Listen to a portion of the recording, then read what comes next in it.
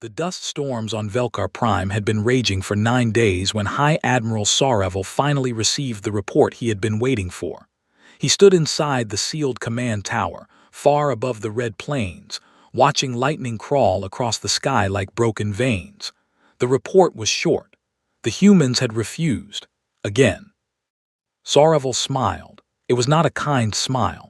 For 60 cycles he had served the Draylan Empire, and in all that time no species had refused tribute and survived. The humans were young.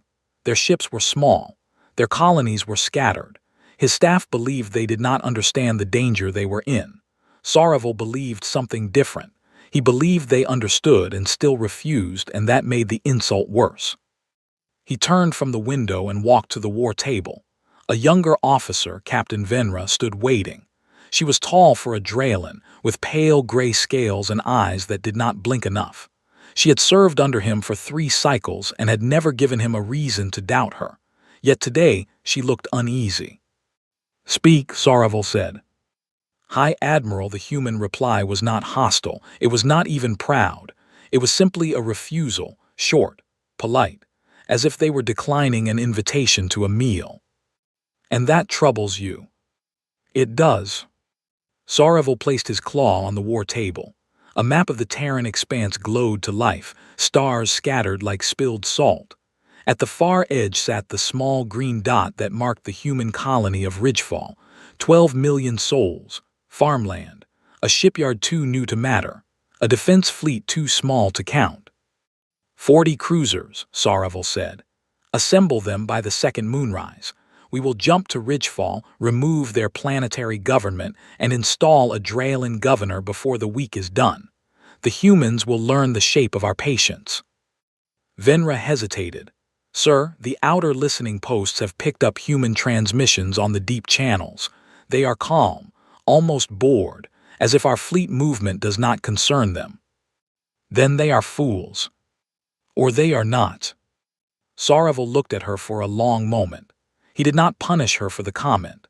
He valued her precisely because she said such things when no one else would, but he did not change his order either. The fleet assembled within a day. 40 cruisers, long and sharp like blades, gathered above Velkar Prime and made ready for the jump. Sarevel took command aboard the flagship Corthan's Pride, a vessel that had seen battle against 3 different species and had never once been boarded. Venra commanded the cruiser Stonebreaker, holding position at the rear of the formation. The jump took less than a heartbeat. One moment they hung above the red dust of Velkar. The next they emerged into the cold dark near the outer markers of the Sol Protectorate. The stars here were fewer. The silence was deeper. Sarevel stepped to the main viewport and let his eyes adjust. "Scan the system," he ordered. The scanner officer worked quickly. Then he worked more slowly. Then he stopped working entirely and turned to face the Admiral. "Sir, there is a ship." "How many?" "One." Sarevel waited. The officer did not continue. Sarevel took a slow breath and spoke again, softer this time. "One ship, just one." "Yes, sir, holding position at 50,000 kilometers. No movement, no hail, no weapons charged as far as our scans can tell." "Show me." The main screen flickered. At first Sarevel thought the display was broken. The object on screen was too large. He had seen many warships in his life, of many shapes and many origins, and none of them looked like this. It was matte black, long and low, shaped less like a weapon and more like a slab of iron dropped into the void. Its edges were squared. Its hull was scarred in places, as if it had been struck many times by many things and had simply refused to die. "Zoom in," Sarevel said. The image sharpened.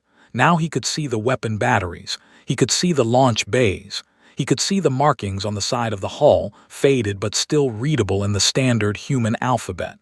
A single word: Redwood. "It is one ship," the officer repeated, as if trying to convince himself. Sarevel did not reply at once. He stared at the thing on the screen. His mind, trained for 60 cycles in the habits of conquest, tried to measure the vessel. 12 kilometers, perhaps more, larger than any Draylan dreadnought, larger than anything he had ever been told existed. "Why does it not move?" Venra asked over the fleet channel. Her voice came through quiet and careful. "Because it does not need to," Saravel answered before he could stop himself. The words surprised him. He did not know why he had said them. He straightened his back. He was High Admiral Saravel. He commanded 40 cruisers. He had crushed the Kellar. He had broken the Morven trade barons. He had never retreated. "Form battle line," he ordered. "Weapons hot. Fire a warning shot across its bow. Let the humans see what we are." The fleet moved into position. The cruisers arranged themselves in the old hunting formation, a curved wall of steel and plasma. The gunners locked on. The warning shot fired, a single bright lance that crossed the dark and struck the side of the human ship. It did not leave a mark. Saravel felt something cold move through his chest. He had not felt that feeling in a very long time. The human ship at last began to turn. The human ship turned slowly. It did not rush. It did not flare its engines. It simply rotated like a great stone wheel being moved by hands the Dralen could not see. Every officer on the flagship bridge watched without speaking. Captain Venra, aboard the Stonebreaker at the rear of the formation, leaned forward at her command chair. She had studied alien vessels since she was a cadet. She had read every report the Empire kept on foreign warships. Nothing she had ever read prepared her for what she was seeing now. The Redwood did not behave like a warship. It behaved like a mountain that had decided to move. "Helm," she said quietly, "hold our position. Do not advance with the main line." Her helm officer looked at her in surprise but obeyed. On the flagship, High Admiral Saravel stood very still. The warning shot had done nothing. Not a scratch. Not a dim light on the human hull. He had expected the shields to flare, at least, to show him the shape of the thing he was fighting. But the shields had absorbed the strike as if it were a child's toy thrown at a wall. "Admiral," his scanner officer said, voice shaking, "we are being scanned now, by them." "How deep?"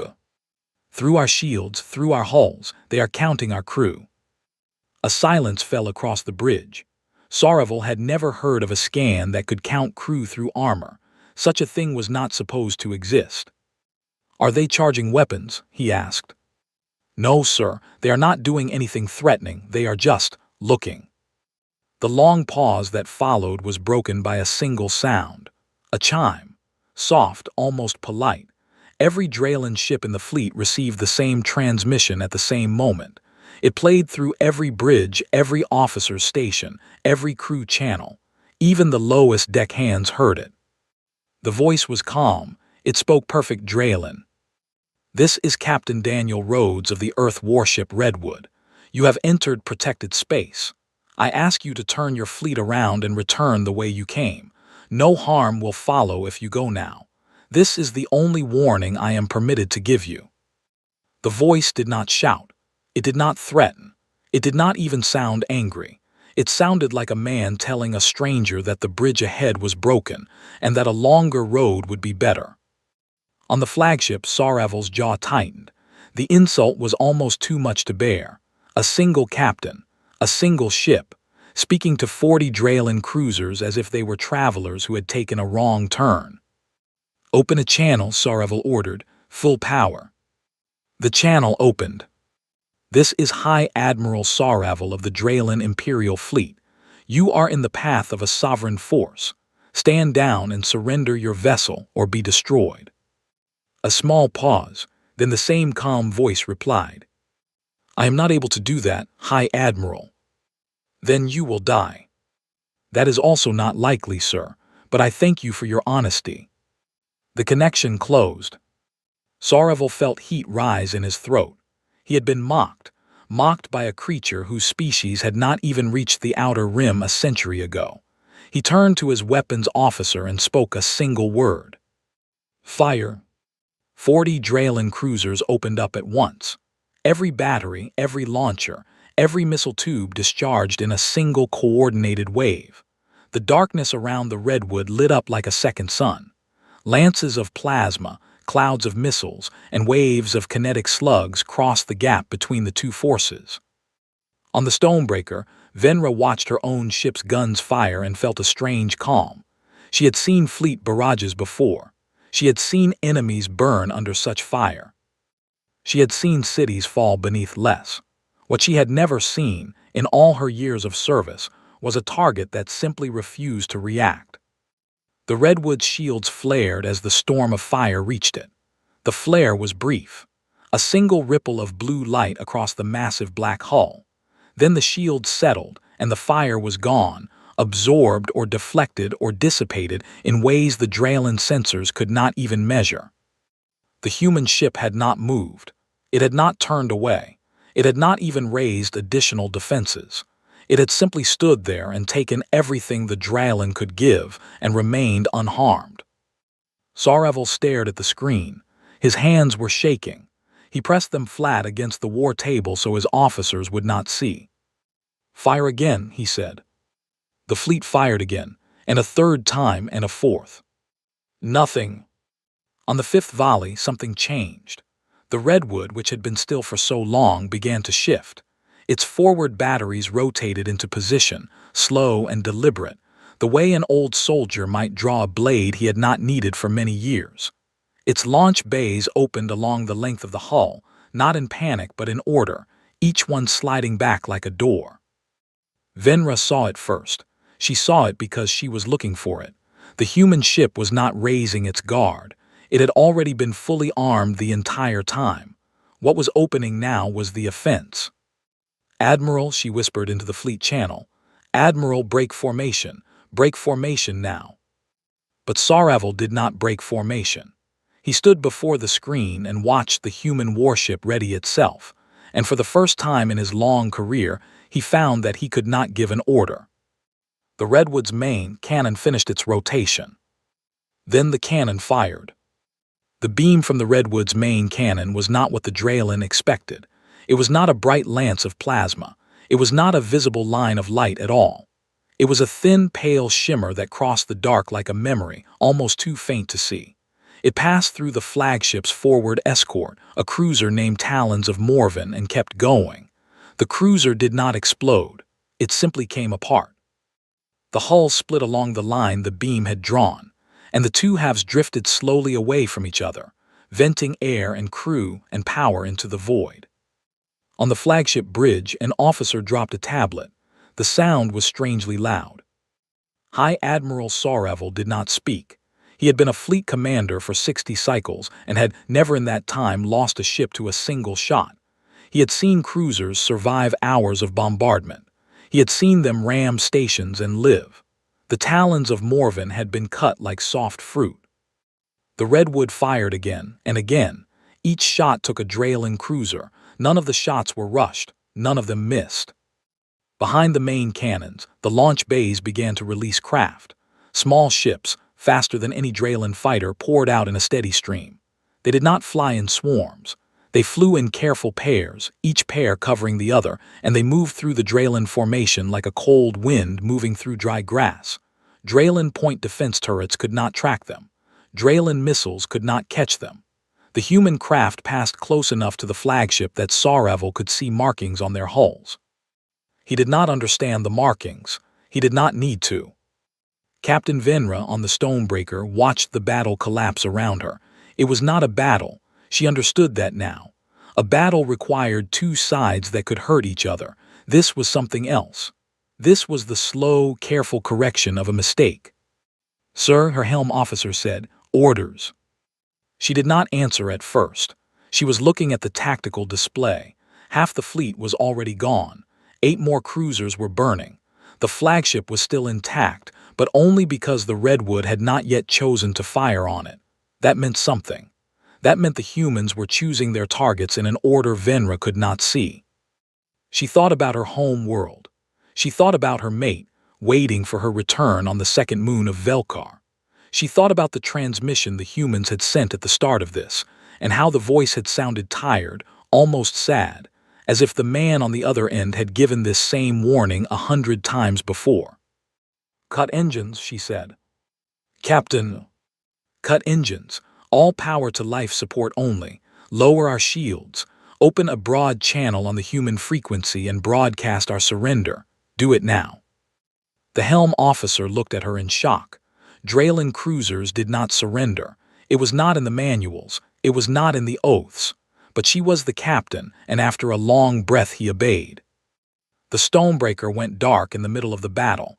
Its shields dropped, its engines cooled, its guns rotated away from the enemy and locked into the rest position. A small human craft, the size of a shuttle, broke away from the attack pattern and drifted closer to the Stonebreaker. It did not fire.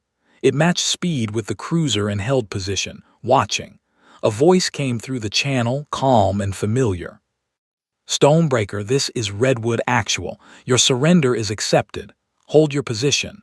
No harm will come to your crew. Venra closed her eyes for a moment. She had not realized she had been holding her breath. "Thank you, Captain Rhodes," she said quietly. On the flagship, the situation had become worse. Sareville stood alone near the main viewport while his officers tried to keep order. 3 more cruisers were gone. The formation had broken.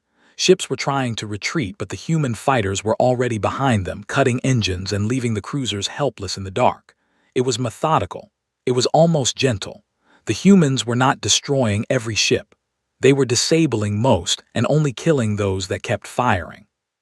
"Admiral," his second officer said, "we must call for a retreat. We must jump out." "We cannot jump. The humans are blocking our jump field. Look at the readings." The second officer looked. He went pale under his scales. A fresh transmission arrived on the flagship, the same calm voice. "High Admiral Sareville, power down your weapons, cease all fire. You have 60 seconds to comply. I do not wish to destroy your flagship." Sareville stood very still. He was a proud Draylen. He had served the Empire all his life. He had never been given an order by an enemy. He had never been told what to do by a creature his own empire had, only days ago, called a primate. He looked out at the battlefield. He looked at the wrecks of his cruisers spinning in the dark. He looked at the black shape of the Redwood, which had still not suffered a single scratch. 60 seconds was a long time for a man who had lost everything. He turned to his weapons officer. The officer looked back at him with wet eyes and waited. "Power down," Sareville said. The word felt strange in his mouth. He had never said it in his life. "Power down all weapons, lower shields, broadcast surrender on all channels, by order of High Admiral Sareville." The guns went cold. The Redwood stopped firing at once. The silence that followed was deeper than any silence Sareville had known. The Redwood moved through the wreckage of the Draylen fleet like a surgeon walking among the wounded.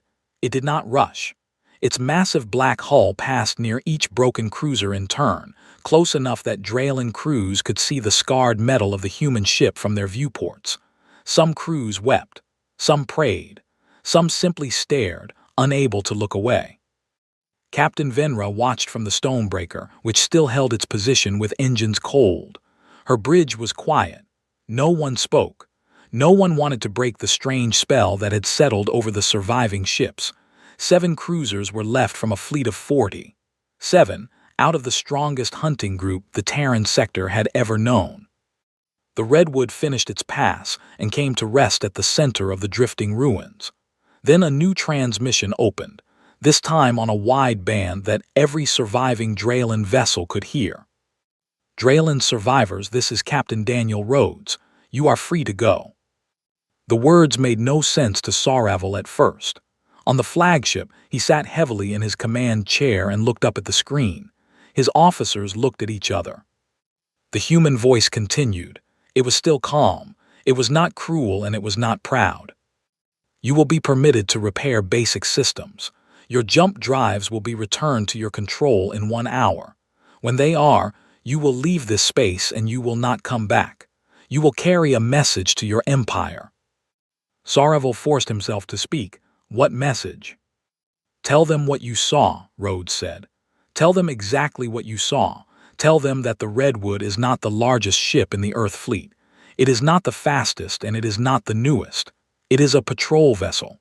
It was sent here because the sector needed a patrol vessel, and not because we thought you were worth more than that. Tell your empire that humanity has fought wars your people have never heard of, against enemies your sensors could not detect, in places your maps do not show. Tell them we do not wish to fight you, but tell them that if you come here again, we will send a ship that is not a patrol vessel. Do you understand, High Admiral?" Soreval swallowed. His throat was dry. "I understand." "Good, go home, sir." The channel closed. For a long moment no one moved on the flagship. Then slowly, quietly, the engineering crew began to work. Repair teams crawled over the hull.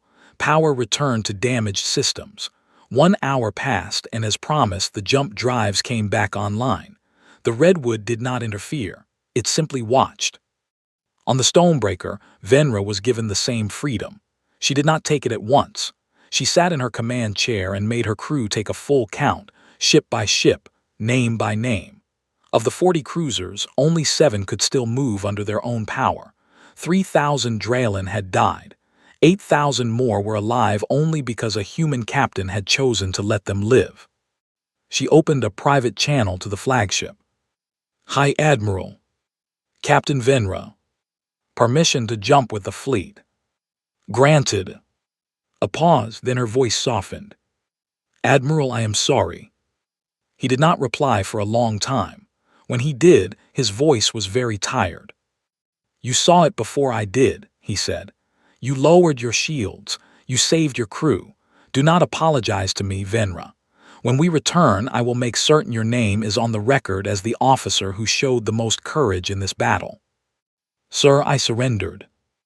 "Yes," Soreval said, "that is why." The 7 cruisers jumped together. They left the broken hulks of their sisters behind, floating in the dark near the outer markers of the Sol Protectorate. Behind them, the Redwood remained, holding station as it had held from the start, as if nothing had changed. As if the whole battle had been a small interruption in a larger patrol.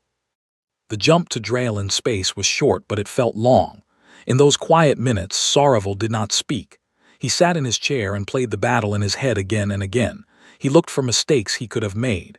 He looked for orders he could have given. He found many. But he also found that none of them would have changed the outcome. The Redwood had been too strong. It had not even tried. That was the part he could not stop thinking about. It had not tried. When the fleet emerged in Dralin space, the picket ships at the border hailed them at once and asked for their status. Soreval did not answer. He ordered his communications officer to transmit the full battle footage to Fleet Command, unedited, with a single line attached. 7 returned, 40 sent, 1 enemy. The message went out and reached the Imperial Council within the hour. Soreval continued toward the capital and prepared to face whatever came next. He did not expect kindness. He did not deserve it.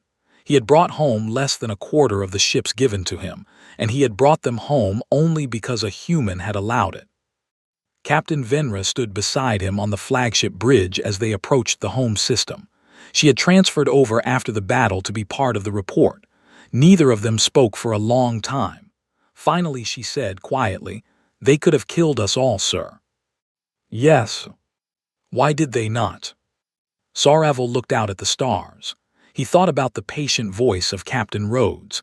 He thought about the way the Redwood had moved. He thought about the way it had stopped firing the instant her ship had surrendered. "Because they did not need to," he said. And somewhere deep in his chest, he felt the first cold edge of a fear that would never leave him. The Imperial Council chamber on Dralin Prime had not been used in its full formal session for over 200 cycles. Its high stone walls were carved with the names of ancient fleet victories, and its floor was laid with tiles brought from every conquered world in the Empire's history. On the day the footage from the Redwood battle was played, every seat in the chamber was filled. Every High Admiral, every sector governor, every minister of war. They all came because word had spread, and word was already worse than the truth. High Admiral Soreval stood at the center of the chamber. Captain Venra stood behind him. Neither of them wore ceremonial armor. Soreval had refused it. He felt he had not earned the right. The chamber's main screen came to life. The footage began to play. It played without sound at first, because the council had asked for silence while they watched. They watched the Dralin fleet emerge from the jump. They watched the single black shape of the Redwood appear on the scanners. They watched the warning shot. They watched the reply.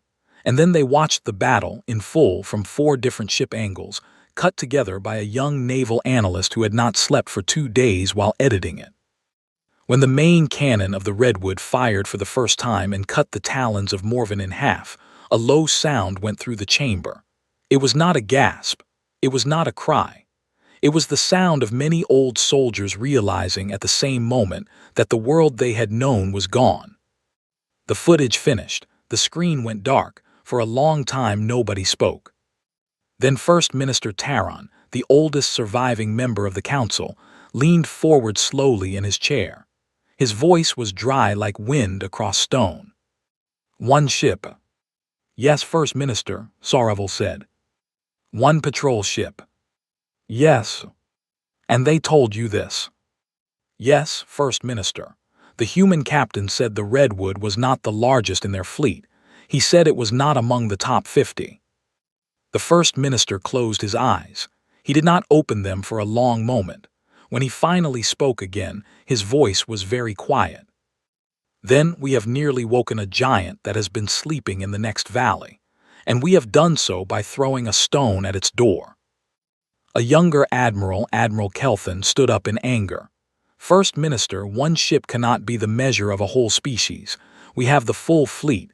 We have 1,000 cruisers. We have dreadnoughts. We can answer this insult." "No," said the First Minister. He did not raise his voice. "You can answer it, you Kelthan. You take the dreadnoughts, you go to Saul, and you die. And then I will send someone else to negotiate the apology. Sit down." Kelthan opened his mouth, then closed it, then sat. The First Minister looked at Saravel. "What do you recommend, High Admiral?" Saravel had expected the question. He had prepared many answers in his mind during the long flight home. In the end, he had only chosen one. "Peace, First Minister." Several admirals made sounds of protest. The First Minister raised a hand and they fell silent. "Go on, Saravel." "The humans did not destroy us when they could have. They let us go. They gave us a message, not a grave. A species that wanted war would have made an example of us. A species that wanted tribute would have demanded it. This one did neither. They only asked us to go home and stay away. First Minister, I believe they are telling the truth when they say they do not wish to fight us. I also believe them when they say they will if they must. And if we simply left them alone, then I believe they will leave us alone in return."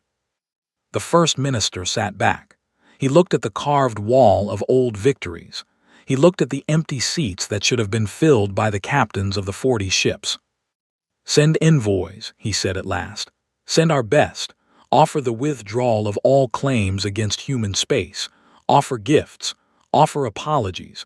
Offer anything they ask that is not dishonor. And send them quickly before the rest of the galaxy decides we are weak and moves against us." The council voted. The vote was not close.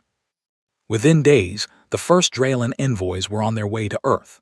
Other galactic powers, who had been watching the border incident from a safe distance, began to reassess their own postures. The Morven Trade Union quietly returned 3 human merchant ships they had been holding. The Kellar, who had been preparing their own small raid into human space, called it off without public explanation. Rumors of the Redwood footage spread through diplomatic channels faster than any official statement. By the end of the month, every major power in the sector had seen at least part of the recording. Horror spread through fleet commands across a dozen empires. Admirals who had mocked humanity for years sat alone in their quarters and watched the footage until they could not watch it again. Some of them resigned. Some quietly began to move their families to worlds farther from human space. Some, the wisest ones, wrote long letters to their own governments suggesting that the time of quick expansion was over and the time of careful listening had come. In the Draylan capital, Captain Venra was promoted. She did not celebrate. She spent her first evening of the new rank sitting by a window, looking at the stars, thinking about the voice of a calm human captain who had chosen not to kill her. She could not say, even to herself, whether what she felt was gratitude or fear. In truth, it was both. 6 months passed. The Terran expanse, which had been loud with raider skirmishes and border threats for 1,000 cycles, grew strangely quiet. Trade routes that had been dangerous for generations became safe. Small colonies that had lived in fear of Draylen tribute ships began to breathe again. The galaxy had changed, and it had changed without a single further shot being fired. On Earth, in a low stone building outside the city of Denver, Captain Daniel Rhodes sat in a small office and filed his patrol report. It was short. He had written many such reports over the years, and this one was not different in any important way. He noted the Draylen incursion. He noted the warning given. He noted the engagement. He noted the casualties on the Draylen side and the condition of the Redwood after the fight. He recommended no further action. He signed the report, set it aside, and went to get coffee. His commanding officer, Admiral Hale, read the report that afternoon. She sighed when she finished. She had read many of Rhodes's reports over the years. They were always the same in one way, short, calm, and full of a kind of tired politeness that came from a man who had done this for too long to find it interesting anymore. She stamped the report and sent it up the chain. It would be archived in a database with thousands of similar entries, and most of them no one would ever read. The Redwood returned to patrol. Its crew rotated through leave cycles. A new communications officer joined the ship. The scar along the starboard hull, where a Kellar cruiser had once struck the ship during a different incident years before, was finally repaired. Rhodes stood on the deck during the repair and watched the work with quiet satisfaction. The scar had bothered him for a long time. On Draylen Prime, High Admiral Sawrevel was formally removed from command. The removal was gentle. He was not disgraced. He was given a senior teaching position at the Naval Academy and told politely that he would not be returning to the fleet. He accepted without argument. On his first day at the academy, he walked into a lecture hall full of young Draylen cadets and spoke to them for 3 hours about the Redwood battle, without notes, in complete detail. He did not soften anything. He did not hide his own mistakes. When he was finished, the cadets sat in silence for a long time. One of them finally asked what the most important lesson was. Sawrevel thought about the question. Then he said, "Be careful of the quiet ones. The loud enemies will fight you in the way you expect. The quiet ones will not fight you at all until they must, and then you will not recognize what is happening until it is already done." The line was later carved into the wall above the main entrance of the academy. Captain Venra was given her own ship, a new cruiser named Shield of Taron. Her first assignment was diplomatic escort duty along the border of human space. She spent many hours at the viewport of her new bridge, watching the distant stars of the Sol Protectorate, and she kept her shields low whenever a human vessel passed. No human ship ever approached her. No human ship ever fired. They simply went about their patrols, and when they passed her, they sometimes sent short, polite greetings in the Draylen tongue, and she sent short, polite replies in the human tongue. She had spent the 6 months learning the language. It had felt important. One evening, her comm officer announced that an Earth vessel was requesting a brief channel. She opened it. It was the Redwood. "Captain Venra," said the calm voice she had not heard in half a cycle. "This is Captain Rhodes. I hope I am not disturbing you." "You are not, Captain Rhodes. I wished only to say that your presence on this border has been noted and has been appreciated. The sector has been quieter since your patrols began. Many lives on both sides will be longer because of it." Venra did not know what to say at first. Then she said simply, "Thank you, Captain." "Safe travels, Captain Venra." "And to you, Captain Rhodes." The channel closed. She stood for a long time in the quiet of her bridge, looking out at the stars. Years later, when she wrote her memoirs, she would say that this short conversation had been the most important moment of her life. Not the battle, not the surrender, not the promotion. This. The moment when a former enemy spoke to her with respect, and she spoke back with the same, and neither of them had needed to pretend that the past had not happened. The galaxy did not change overnight. Old fears did not disappear. Old grudges between other species did not heal. The Draylen Empire slowly reformed itself, and the reforms were not always kind and not always wise. Some admirals continued to dream of conquest, though they kept such dreams to themselves now. Humanity, for its part, kept building ships and kept patrolling its borders, and kept offering polite warnings to any who wandered too close. But in the quiet places of space, in the long empty stretches between stars, something new had taken root. Ships of different species now passed each other without firing. Merchants now crossed borders that had been closed for generations. Children on worlds that had never heard of Earth grew up hearing stories of a great black ship that had once appeared in the dark and asked, very politely, for everyone to go home. And in those stories, the ship was always patient. The ship was always calm. The ship was always listening. That was the day, historians would later write, that the galaxy finally learned what humanity truly was. Not a young species, not a primate race, not a rising power. A neighbor, a strong one, and a patient one, and a neighbor once angered that the galaxy would never again wish to wake.